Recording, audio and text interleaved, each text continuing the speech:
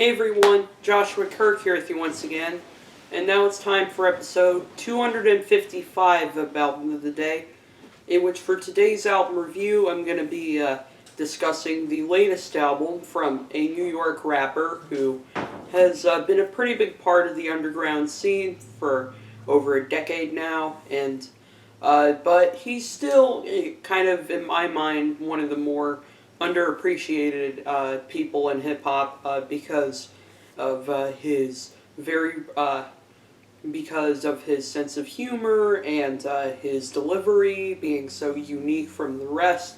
And he's still the kind of rapper that, even as more underground hip hop's been getting more attention and even critical acclaim in the mainstream, he's still kind of like sort of underrated and kind of underappreciated. And of course, I am talking about the rapper known as Homeboy Sandman, and I'm here to review his new album released on October 18th, 2019. The album is called Dusty, and it's his first album to be released on Mellow Music Group, which you may know as being the label for many a talented underground rapper like Open Mike Eagle and Quelly Chris, and just now this rapper who's been on Stone's Throw for a while. I kind of heard of Homeboy Sandman a little bit. I had first heard his rapping on a bonus track off of Aesop Rock's Impossible Kid record, Syrup, which features a guest verse from him along with Open Mike Eagle, and I thought they delivered some pretty good verses. But really the only full project of his that I had heard all the way through was one that I actually wasn't that impressed by, and that was the Humble Pie EP that was produced by Adon.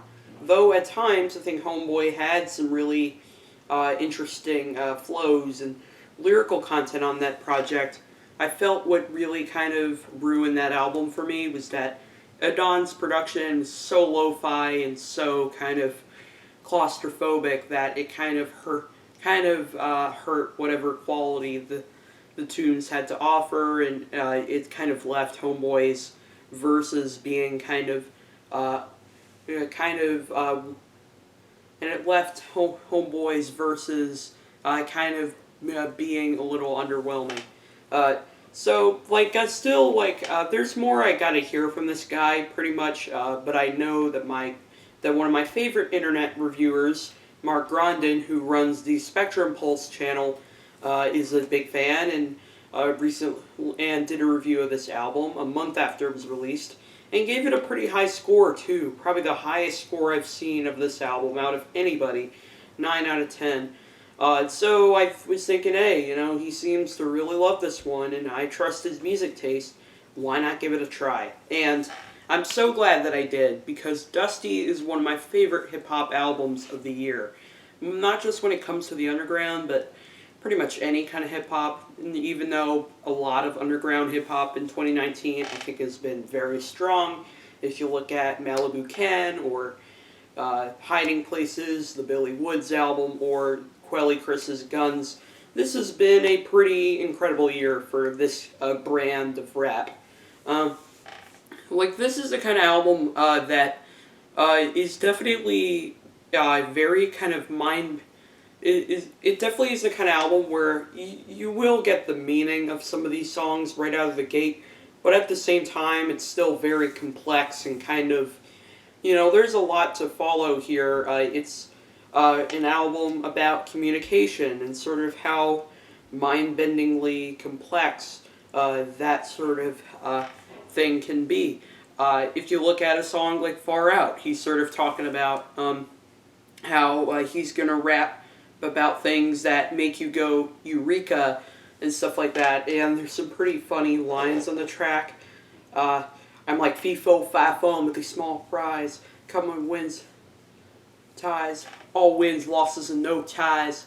And then also the lyric of I'm from Queens, the smell of boiled eggs reminds me of Halloween. I think it's quite genius too. And sort of talking about how all these pretty interesting raps that he delivers, he's gonna bring him over to a far out place, so that way people can stream it on Mars and like cop it on quasars. And he is New York through and through for sure. You could see in the way he pronounces some of the lyrics.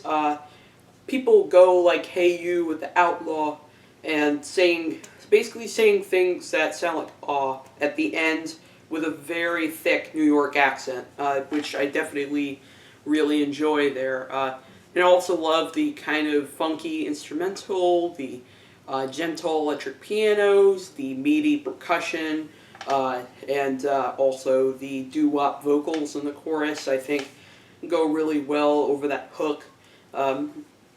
Very well over that hook. It's definitely right out of the gate a standout from the record. The track "Name," on the other hand, is a song sort of about him kind of talking about how his name is sort of, could be interpreted in a lot of different ways by different people. And he's sort of saying that regardless of what people may think about how he does it, he's still like, all he knows is like just being a one of one, just being a one of a kind person. A kind person. And I also love it's got a pretty catchy muffled hook on there too. Can't solve me. I don't even care. Try and call me. I don't even hear. I ain't even here. It's like it's so catchy and kind of monotone at the same time. And I do really like the instrumental, which has this kind of soulful, almost 70s Studio 64 inspired kind of instrumental with wonky guitars, along with some very joyous saxophone playing, and the cymbals I think syncopate with everything very well. It's just, the track's a lot of fun, and really majority of this album is a lot of fun. The song "Noteworthy" is a song about different things in Boy Sand's life that he finds worthy enough to like take notes on, about like how he's doing in his music life, how his family is doing, how his relationship with his girlfriend is, and stuff like that. And sort of saying and sort of noting that he like never drinks alone. If he wants to drink, he's normally with other people, like in a bar, probably his friends, and sort of proposing a toast to the pros and the cons that life brings to you. And I love the sort of conviction that he really shows in his delivery and his flow here on this track. The electric piano on there, I think sounds very nice. This is probably one of the jazzier tracks on there. The kind of almost slapped bass line, and it could even be like a fretless bass line. I think that sounds really cool on top of the electric piano and drums. The song "Easy," as the title suggests, is kind of a song about how it's become really easy for Homeboy to interact with people, and sort of how he's kind of directed people, filleted people, dissected people, and he's done that with just about any kind of person you could think of, whether they're stable or totally insane and aggressive. It's kind of funny what he's sort of talking about here on this track, given how the instrumental is significantly one of the more low-key on the album, with its snazzy bass line, kind of dusty percussion, the kind of chunky saxophones, but yet it works so well over Boy Sand's delivery. And the production on this album was solely handled by Mono on Stereo, who's predominantly worked with other underground MCs like Your Old Droog. Droog. Then the song Yes Aya goes for this very joyous, kind of campy, almost African rhythm in its beat with the this beat with its kind of with its kind of clunky percussion along with its but I don't mean clunky in a bad way necessarily, and also the the repeated shouts in the background too, and it's the kind of song that literally has me doing some pretty intense chair dancing. It's like that fun and that good. Boysan gets kind of braggadocious on this track about what life is like in New York and sort of turning kind of mundane situations into some pretty awesome rap verses and lyrics. So, verses. And once again, he shows his accents and his kind of unique pronunciations very well on this track. And I'm not so sure what the name Yesaya is supposed to mean, but it does result in a pretty catchy refrain. Yesaya, Yesaya, Yesaya. It's like, I love it. It's so freaking catchy. The song Step Inside is kind of a song about him, trying to see more positives in life, even though he's been through some pretty terrible things. I mean, he even brings up being diagnosed with an STD, and stuff like that, and sort of talking about how life will bring some kind of and sort of talking about how life will bring some kind of rough things sometimes, but with that you got to carry a little bit of optimism and sort of hope that everything will go all right. I mean, there couldn't have been a better line to close out the song than Sensei M. Day Shyamalan. And as a fan of M. Night Shyamalan's films, I kind of felt that joke a little bit, and that's why I think it's a pretty satisfying way to end the track. The song is very soulful, got these very twangy riffs and kind of slowly moving along with the drums and bass, and these kind of almost gospel-tinged vocal samples. It almost reminds me of like a Kanye West sample a little bit, because Kanye West is known for having pretty huge gospel elements in some of his music, especially in his sampling. But then we get some pretty funny and pretty hilarious love and sex songs in the middle. We have the track Picture on the Wall, which features another sample that kind of reminds me of a Kanye song a little bit, but with a more lo-fi tone that would fit really well with somebody like Open Mike Eagle or Quelly Chris, other signees of Mellow Music Group. Anyway, I love this track. I love the very wonderful kind of sweet instrumental with the pianos, the strings, the guitars and drums. I think syncopate beautifully. Some very kind of flipped vocal samples in the track, and the ooh, I think goes so well over Boysan's lyrics, kind of about love and referencing anal sex at one point in the track too. The vocal sample that especially stuck with me was the one used on the hook to create the very lovely refrain.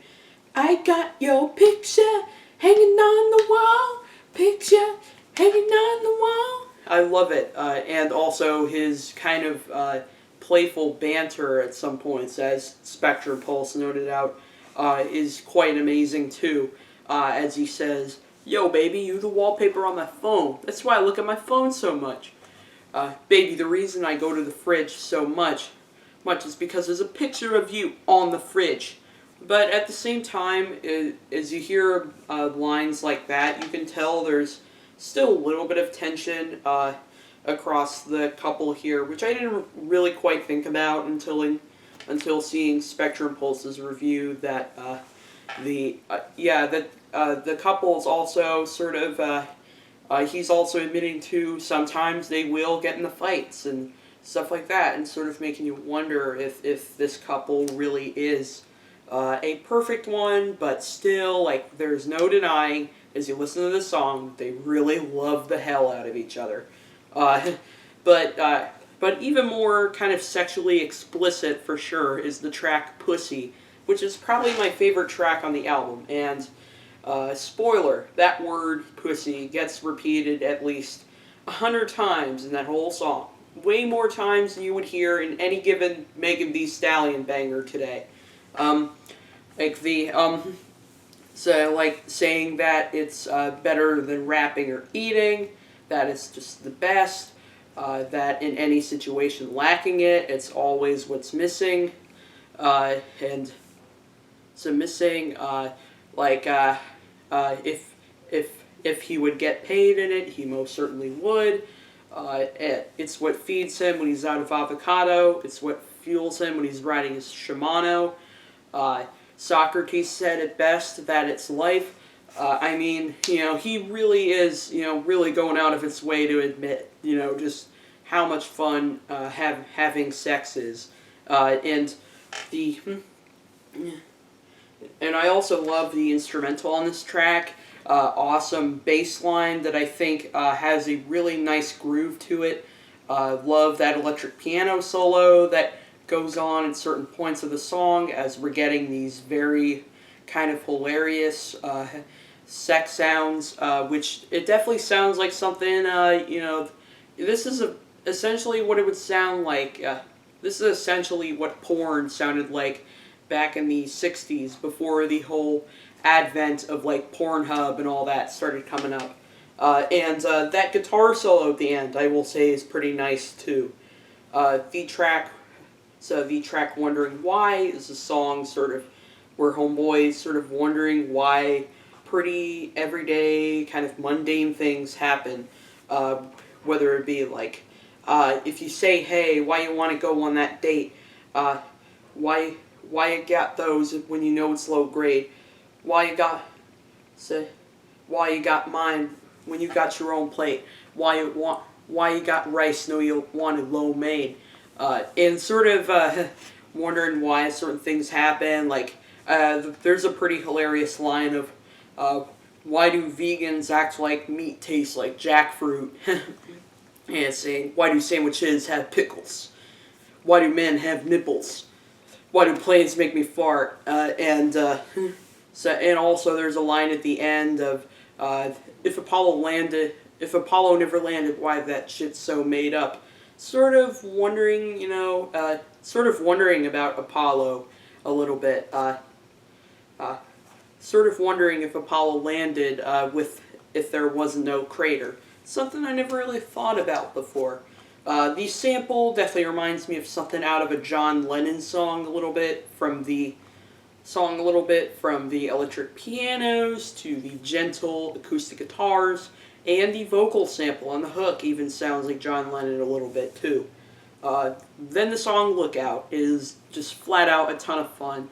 The instrumental sounds like something maybe out of a game show, or maybe even some sort of crazy car race video, or like it sounds like background music for a montage for like America's Funniest Home Videos or something, with the very playful guitars, the kind of bouncy drums, and the really cool kind of as Spectrum Pulse described, oily synths.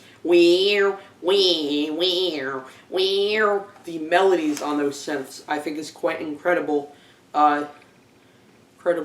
Boy Sand is sort of talking about how he's always on the lookout for new ways to sort of communicate with other people, and sort of, looking out for other people who may be trying to like copy what he's doing and stuff like that, and just wanting to go kind of nuts on him. Quelly Chris and Ural Droog's guest verses on the track, I think, are great. I think they really have some great chemistry with Boy Sand, and I would like to hear a little more collabs of the three because they all go so well together. That's my point here. And you can even hear at the end, you can even hear Boy Sand at the end going like, "Damn, yo, you mother effers are gross." Sort of praising their verses at the end, which I completely agree with you, Boy Sand. There's definitely a lot to love about this album. I will say, the album, though its prose are pretty impeccable. The cons are that it's sort of some of the interludes on the album. I mean, they're fine. They sound fine, even though the track Trey Bond I thought was a little annoying. But they don't really fit in. But they don't really help the record. I mean, in a way, they kind of tie the whole thing together with their instrumentals, but they sort of feel scattered on top of there. I mean, Boy Sand didn't really intend this to be a concept album, did he? Yes, there are a couple of tracks on the album that are a little underwhelming. The track Live and Breathe, I find the instrumental to be a little tame on that track, though I really like Boy Sand's flow on here, and some of his poetry I think is really clever. The reference to Helena Rubinstein, I felt that for sure. And the track Always, which sounds kind of like a... which sounds kind of like a little bit of a ballad. It's probably one of the sadder tracks on the album, where he's talking about how complicated some of his ways of communicating can be sometimes, and even kind of singing, and even kind of portraying his singing voice here on this track, even if I do find his singing voice to be a little weak, and also the instrumental, though I think the electric piano and cymbals syncopate with each other nicely, it sort of feels a little bit, it also feels kind of tame also compared to other instrumentals on the record.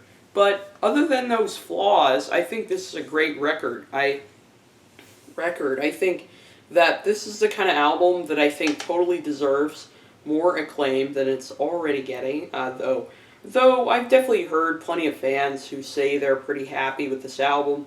I still feel like Homeboy Sandman is more. People are still finding out about who he is. He's kind of a best-kept secret, if you will, in indie rap right now. I'm going to have to check out more of his work, because I'm pretty sure it's going to be pretty great, and not much more I can really say, other than this album is a ton of fun.